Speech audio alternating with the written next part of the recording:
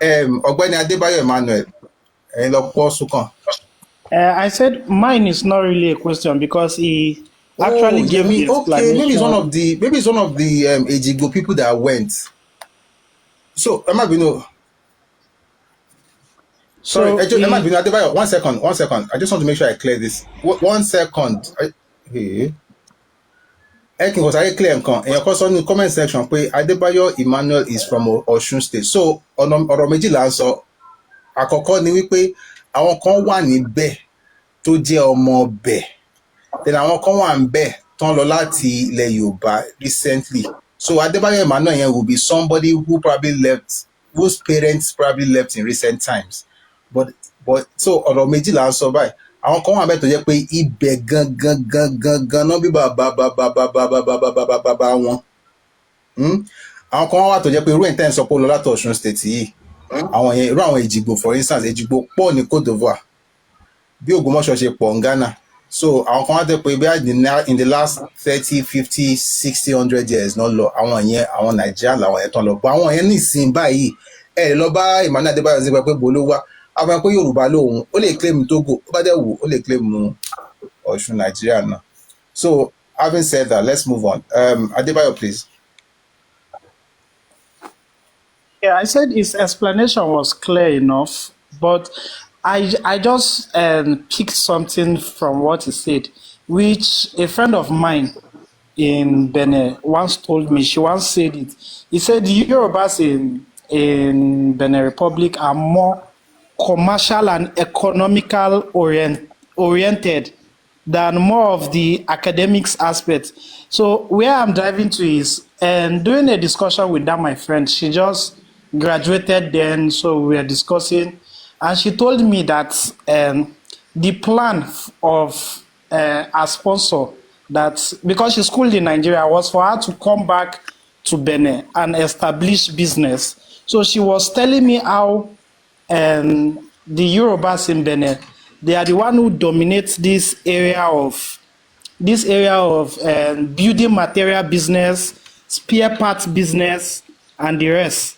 So I was surprised because you begin to hear people say Yorubas are not into building materials. Question. Okay, that's just my observation. I don't have a question though. Okay, thank you. Because that statement, where you're going, is actually a Nigerian issue. It's not a Yoruba issue. So it's the Yoruba people in Nigeria that people, and we can talk about that, to be fair. We have education, we have Awolowo to thank for it. And at some point, we moved away from trade. Some of us moved away from trade because a lot of us still do trade. Ọjọ́ kan máa wá síbi máa wá sọ okòwò nílẹ̀ Yorùbá. Ọ̀pọ̀lọpọ̀ àwọn tó ń ṣe okòwò nílẹ̀ Yorùbá nílẹ̀ Nàìjíríà, the vast majority of them are Yoruba people. Ẹ má jẹ́ kí ọ̀rọ̀ íńtánẹ́ẹ̀tì yìí kó dá wà láàmú. Àwọn tó ń ta aṣọ, àwọn tó ń ta bàtà, àwọn tó ń ta ọkọ̀, àwọn tó ń ta èròjà ọkọ̀, àwọn tó ń ta páàtì, àwọn tó ń everything tó ń tà nílẹ̀ Yorùbá ló pọ̀ jù nínú ẹ̀. Gbogbo pé èèyàn kan ń ta kinní kan, èèyàn kan is a trader, èèyàn kan is kinní yẹn, àwa nígbà tí ó yẹ ká yà gan pé gbogbo yẹn oníkàkú ní sápò ààrẹ ni, but Yorùbá ló dominate Yorùbá land in terms of business. If you really want to go deep into it, but a máa sọ lọ́jọ́ mi. But ẹ ṣe gan fún ṣé ìlànà lọ́yẹ̀ máa pè nítorí kì í ṣe béèrè. Ẹ ká sọ́dọ̀ bàbá Àwórì.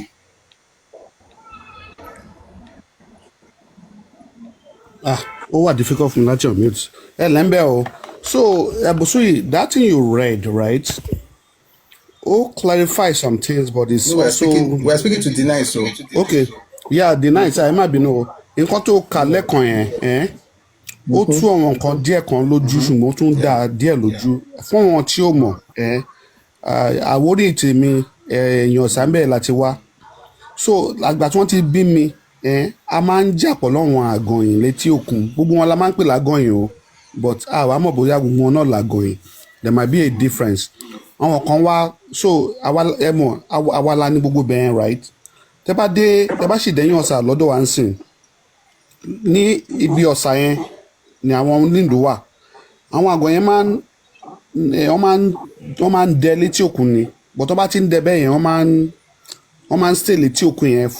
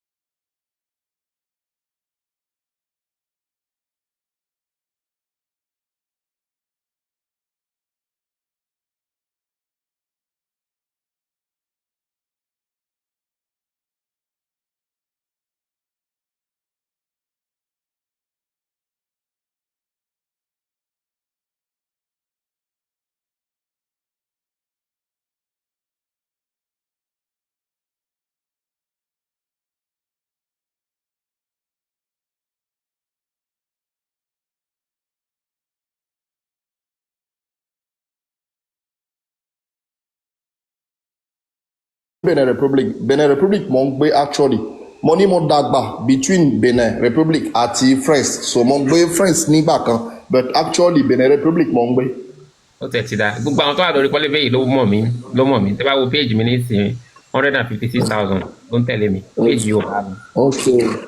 Yàrá wájú àlọ́ TikTok àfi ń bò. Anyways, mo fẹ́ béèrè pé mo fẹ́ lọ sí Benin. Mo ń plan láti lọ sí Benin. Ó dẹ̀ ní ṣe pẹ̀lú okòwò. But mo fẹ́ béèrè lọ́wọ́ yín. Mo ti follow yín sí bóyá tẹ́ bá lè follow mi padà so that kí n lè write yín ká máa chat. Ó dẹ̀ tó wá dá pé ẹ̀rẹ̀ tó lè sọ ọ̀gẹ̀ sí. Mo fẹ́ béèrè pé ẹni Yorùbá Nàìjíríà tó bá fẹ́ lọ sí orílẹ̀-èdè Benin tó fẹ́ ṣe tó fẹ́ dókòwò kí ni àǹfààní àti àwọn ìdojúkọ tó fẹ́ àbí ó fẹ́ lọ rajà ni o àbí ó fẹ́ lọ gbé bẹ́ẹ̀ ni o àbí ó fẹ́ lọ ra nǹkan bẹ́ẹ̀ wá sí Nàìjíríà.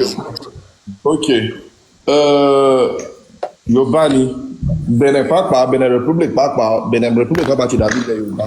So Benin Nigeria Yorùbá Nigeria tí ń bọ̀ wá Benin ó dàbí ẹni tí kò lọ bomi ilé náà ní tún lọ kò tó máa bá Yorùbá ẹgbẹ́ ẹ̀ ń bí báyìí.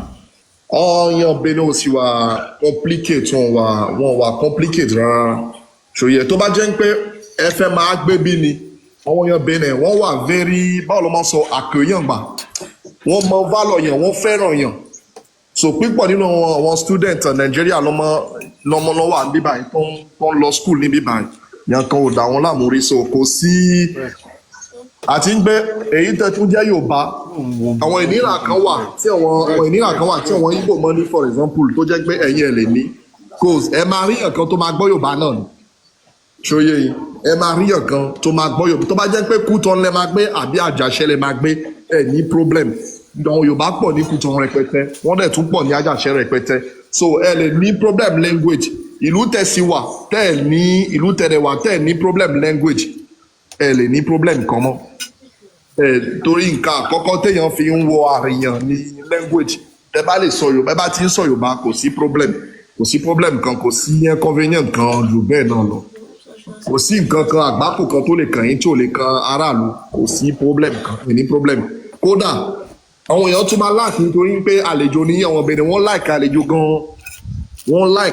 gan wọ́n dẹ̀ máa ń pọ́n àlejò lé gan wọ́n máa ń gbà àlejò yàn dáadáa so ẹ ní problem kan tó bá dẹ̀ tún jẹ́ pé ẹ fẹ́ ara nǹkan ni ẹ máa ra nǹkan yẹn máa padà bóyá ó lè jẹ́ àwọn ẹni tí wọ́n ṣòwò àwọn problem tó máa ń pàdé lọ́nà nípa àwọn custom èyí ni àwọn nǹkan àwọn ẹni tó máa ń ṣòwò èyí ni kò èmi mọ̀ ń pààyàn. ẹ ṣe tí náà ẹ ṣe gan. Thank you so much. Ẹ gan máa appreciate that. So we are flying high, fly high hard. Yeah, ẹ kálẹ́, Mr. Busui. Ẹ ṣeun, ẹ káàbọ̀. Yes, sir. Ẹ kú iṣẹ́ náà. Question tí mi máa fẹ́ béèrè ni pé nǹkan tó jẹ́ kí n wá sókè lẹ́ẹ̀ náà ni torí ọ̀rọ̀ text ẹ̀kan yẹn. Ṣé ọ̀rọ̀ yẹn ṣe padà lọ sórí àbí kò ṣe padà lọ? Mo fẹ́ kẹ́ fi fídíò yẹn wọn. Okay. All right. Number one, àmọ́ ọdún tó ń bẹ̀rẹ̀ sí kọ text yẹn it's a script. The person is generating script. It's like 2016.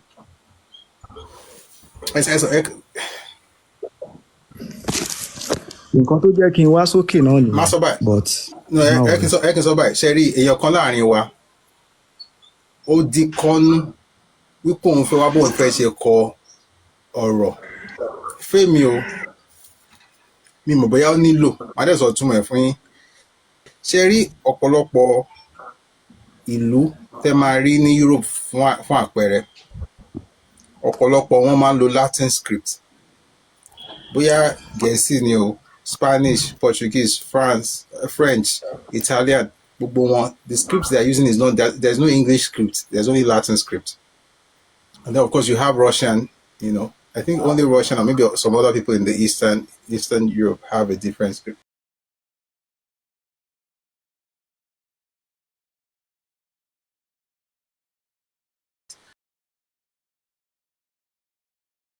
Not reinventing the wheel, but we can also tell the exact date. Sorry, Joe. We can also tell the exact date that thing was created. It is not from ancient times. Is it possible that our people wrote something in ancient times? Perhaps. We don't have the. That text Hold on, is please. not We don't have. 2016. My brother, we're not going to it. We're not going to it. If you're not going to listen, Yeah, we are not just go and going, read but about it. Just read about it. No, please read about it, please. Read about the man. The man's name is there. He's online. Tolu Lokpe Abinkan. The man who came up with it is there. Oguntosin, no. All right. Yeah. Ejo. Another time, Eka Tore Pada le Joba Insin. Tore mi fẹ́ jẹ́ ká pẹ́ lórí ọ̀rọ̀ yẹn. Choir braids. Yes, sir. Ṣé máa ń kọrin ni? Bẹ́ẹ̀ ni, sir. Ẹ tún máa ń dirun. Bẹ́ẹ̀ ni, sir. So tẹ́ bá yẹn ń dirun, máa ń kọrin fáwọn tẹ́ ń dirun fún. Rárá o, tá a bá ti ń dirun àyọ̀tọ̀ nìyẹn, tá a bá dẹ̀ fẹ́ kọrin àyọ̀tọ̀ nìyẹn náà. Oh,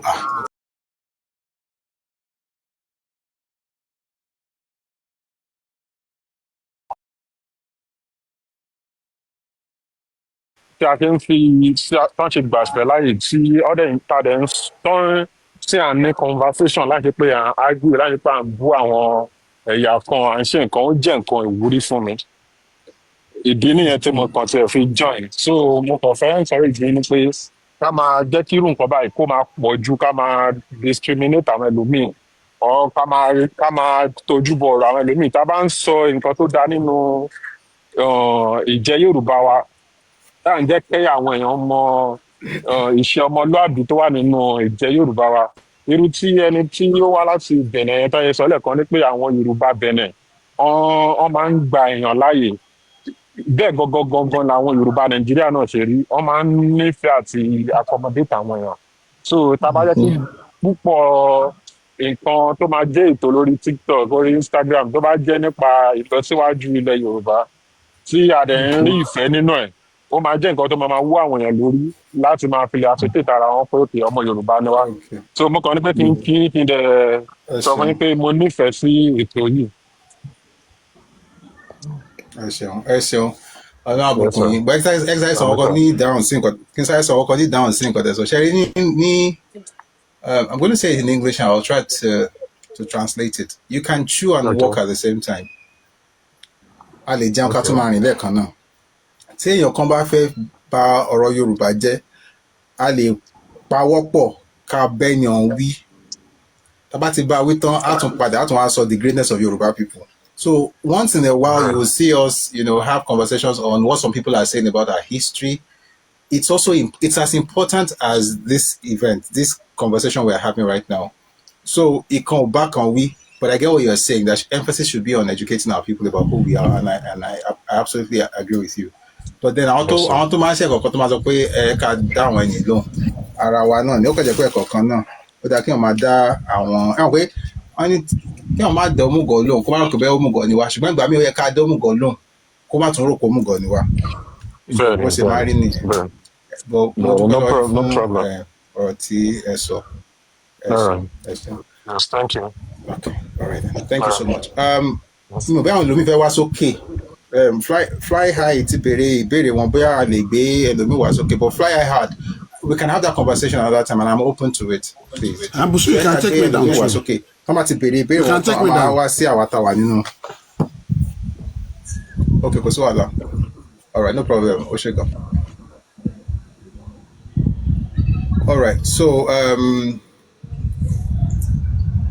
it happens to go through your land mass. All right, so our please, Mr. Benjamin, please come up. Ṣé ẹ ti send the request to Emole? Madam Ashai jẹ́ padà wá sókè ó ní ọ̀pẹ fẹ́ sọ̀rọ̀ lẹ́ẹ̀kan kó tó di pé ẹ sọ̀kalẹ̀.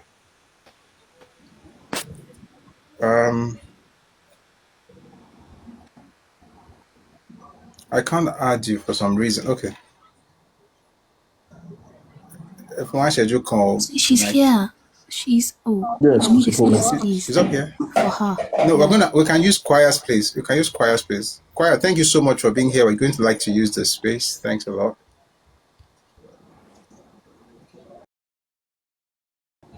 So we're going to have Mr. Benjamin, and then we'll have Madam Asha. Then we'll go back to the comment section. So I interview in the comment section. I'm a padà sọ́dọ̀ yín. So Ọ̀gbẹ́ni Benjamin, I'm going. Busoyi, thank you so much. Thank you so much for this program. Sure. Honestly, I really appreciate Busoyi.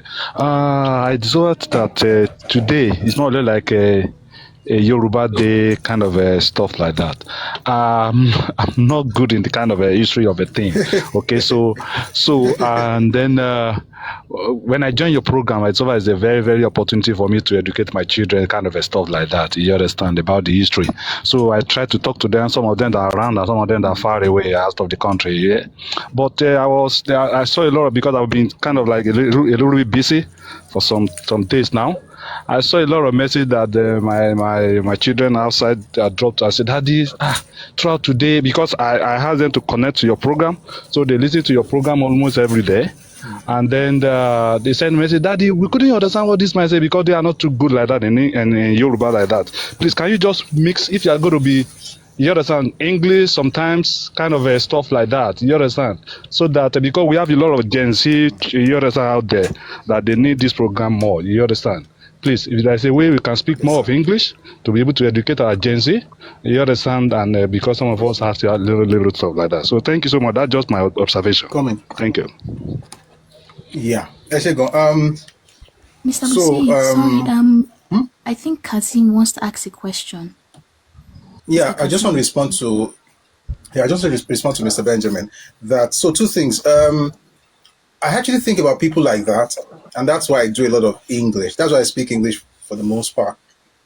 We also know that there's some people that reach out to me who are in the diaspora. They are descendants of those who were taken to the Caribbean, to the Americas. So it's important for us to speak like a universal language, and that's where English comes in. However, today we wanted to speak with people to Yoruba, to Benin Republic. Now, don't forget that Nigeria was colonized by the British, but Benin was colonized by the French. The only thing we still have between us that exists, regardless of the colonization process, is Yoruba.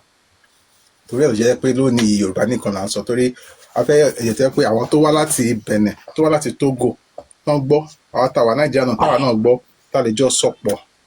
Torí ẹ̀ la ṣe ń sọ Yorùbá, ṣùgbọ́n bá a ṣe ń lọ a máa padà sí èdè òyìnbó tó bẹ́ẹ̀ ọ̀la àbọ̀túnla, torí ọ̀la yẹn ó dà pé a máa ní àwọn àlejò kan. Meanwhile, let me also quickly say this, right? Supreme Council for Sharia in Nigeria, your chapter. Àwọn yẹn máa sùn mà ní. Ọjọ́ mi a máa sọ̀rọ̀ yẹn. Ẹlòmíì ò fẹ́ràn àlàáfíà. We'll talk about it another time. Ẹlòmíì ò fẹ́ràn àlàáfíà. Nǹkan tí mo gbà pé ẹlòmíì wọn máa ń tú screw lọ́pọ̀lọpọ̀ ẹlòmíì wọn kàn máa ṣe wọ́n náà ni.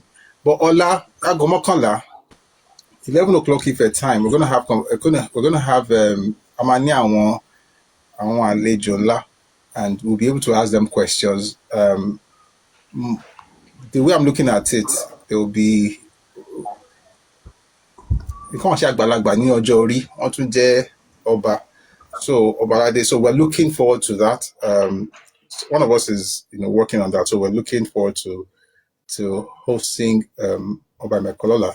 Ṣùgbọ́n we meet 11 o'clock every day. Most of the conversations we do in English language, but we just want to make sure that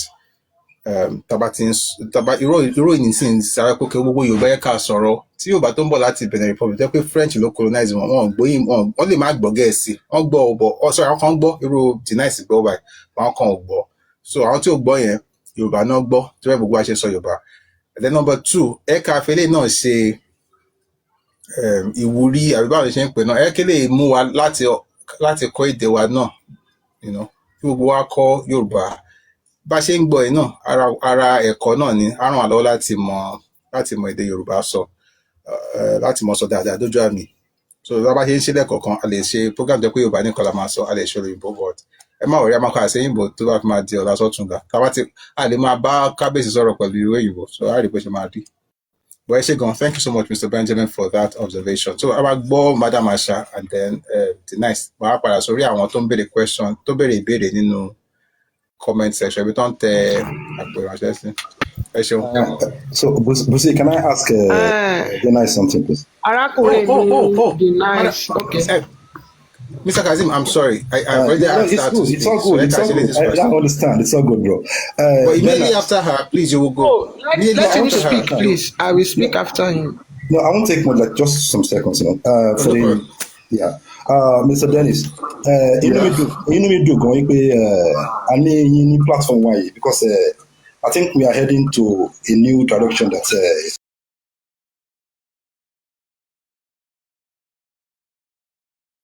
running the government of Benin Republic. Báwo ló ṣe rí náà?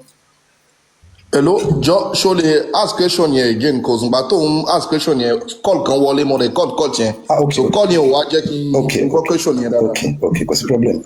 Mo ní kí n béèrè lọ́wọ́ yín pé báwo ni ìṣe ìjọba, báwo ni Yorùbá, báwo ni ọdún ọ̀sẹ̀ ní Yorùbá, báwo ni stand Yorùbá tó bá jẹ́ nípa ṣíṣe ìjọba ní agbègbè the whole of the country of Benin Republic.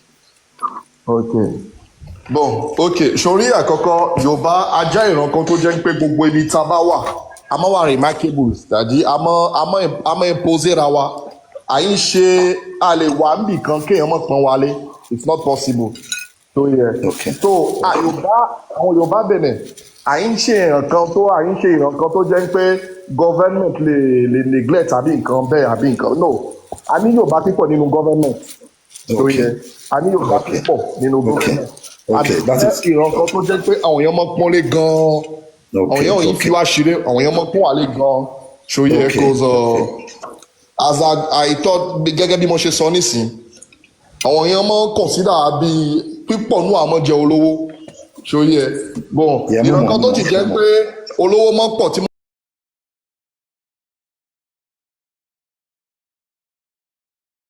So anípọn níbẹ̀ ni anípọn. Okay, that is very very good. So lórí ìbéèrè tí arákùnrin Yorùbá mo rí orúkọ wọn dáadáa tó béèrè lọ́wọ́ yín nípa ìbániṣe bí okòwò láàrin Yorùbá tó wà ní Nàìjíríà àti Benin Republic. So inú mi dẹ̀ dùn ní pé ẹ gbé ní France ẹ wà ní Benin Republic nísìn. Yes. So àdúgbò wo ni ẹ wà ní Benin Republic? Ṣé Cotonou ni o? No, Porto-Novo mo mọ lóòótọ́ mo mọ lóò sí Cotonou dáadáa but Porto-Novo mo kọ́lé sí. Oh, that is very good. Ṣẹ́rí èmi náà a ní àwọn èèyàn ní Porto-Novo yẹn so màá fẹ́ kẹ́ ẹ ṣe nǹkan fún wa ní àwátá wà nínú ilé yìí bóyá tó bá ní time ni o. Tẹ bá ń gbé ní Porto-Novo tẹ bá mọ Tọ̀gọ̀ ẹ mọ Tọ̀gọ̀. Tọ̀gọ̀ mo mọ Tọ̀gọ̀ dáadáa àdúgbò yẹn mo mọ àdúgbò Tọ̀gọ̀ àdúgbò ọjà ńlá ni mo mọ dáadáa. Tẹ bá dé ẹ mọ bí ibi tó build statue eré tó fà sí yẹn ní. dáadáa. Very good then. So ẹ máa ṣe nǹkan fún wa níbàyẹn ẹ máa lọ sí Tọ̀gọ̀ ẹ béèrè agboolé olókùn ẹṣin ní Tọ̀gọ̀. olókùn ẹṣin ní Tọ̀gọ̀. Okay. Agboolé olókùn ẹṣin ní Tọ̀gọ̀ ẹ máa ṣe yẹn fún wa so that àwọn èèyàn wa tó máa wá láti Nàìjíríà in regards sí ọ̀rọ̀ tí ọkùnrin Yorùbá tó wà lórí tó bá yín sọ so that wọ́n máa lè ní a safe place fún wọn torí àwa ilé wa ti wà níbẹ̀ yẹn for a very long time like I said 1729 ni so ẹ bá lè ṣe yẹn fún wa a máa lè mú àwọn tó jẹ́ èèyàn tiwa gangan wá sí orí ètò yìí so that kájọ ní àṣepọ̀ let us start something really concrete. Okay. Ẹ tó sọ ẹni Tọ̀gọ̀ agboolé olókùn ẹṣin. Olókùn ẹṣin ní Tọ̀gọ̀ tẹ́ bá débẹ̀ ẹ sọ fún pé Kazeem látọ̀yọ́ Ọ̀yọ́ Aláàfin ọmọ mi ọba wọn wọ́n mọ̀ níbẹ̀ yẹn ẹ understand so ẹ sọ fún wọn ọmọ akọ́mọ́ máa fẹ́ máa ṣọ́ra pamọ́ wọ̀nyí pé wọ́n ní fẹ́ ẹ understand ẹ sọ fún wọn bẹ́ẹ̀. So mo fẹ́ ká ṣe nǹkan kan pọ̀ láàrin àwa tá a jẹ́ Yorùbá Nàìjíríà àti Yorùbá Benin Republic for the benefit of àwọn èèyàn wa ṣọ́rọ̀ mi yé yín ẹ jọ̀ọ́ bẹ̀ yín. So that nítorí àwọn èèyàn míì tó wà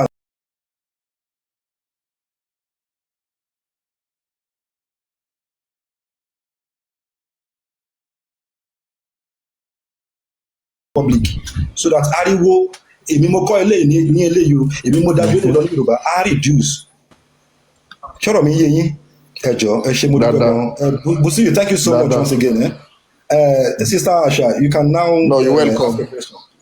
Thank you so much Mr. Kazim, thank you so much. Thanks a lot. Yeah, you're welcome, man. You're welcome, man. Maybe one day we'll go to a local.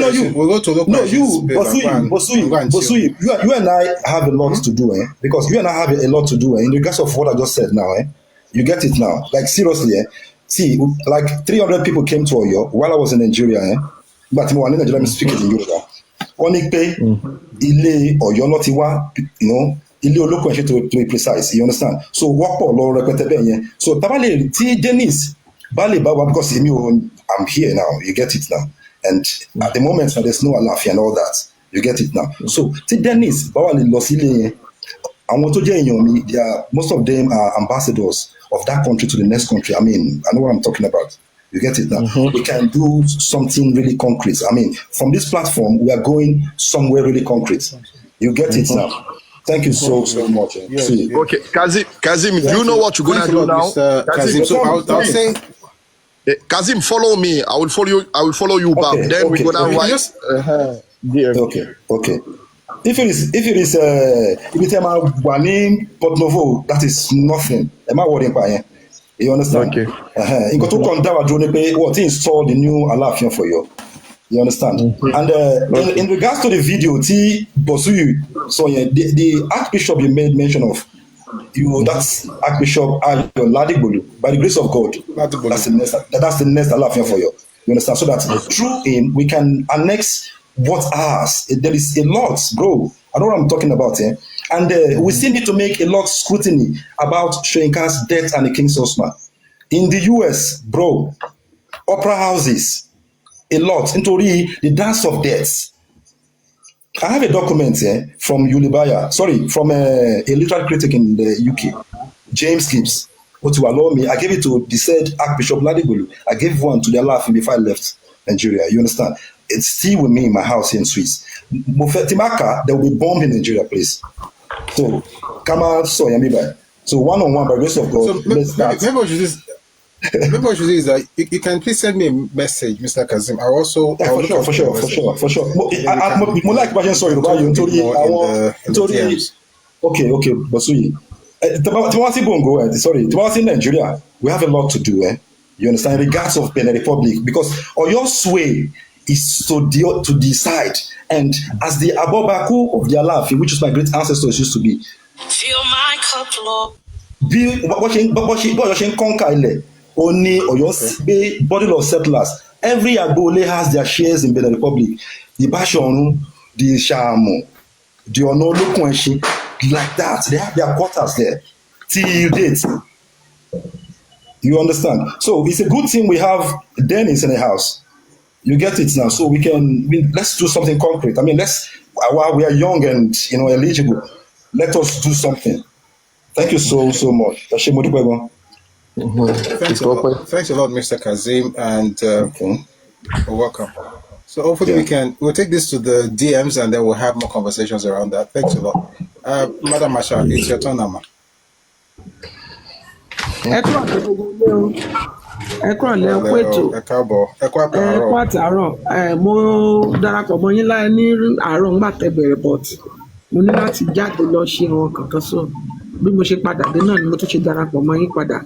Uncle D-Nice, ẹ kú ojú ẹ̀.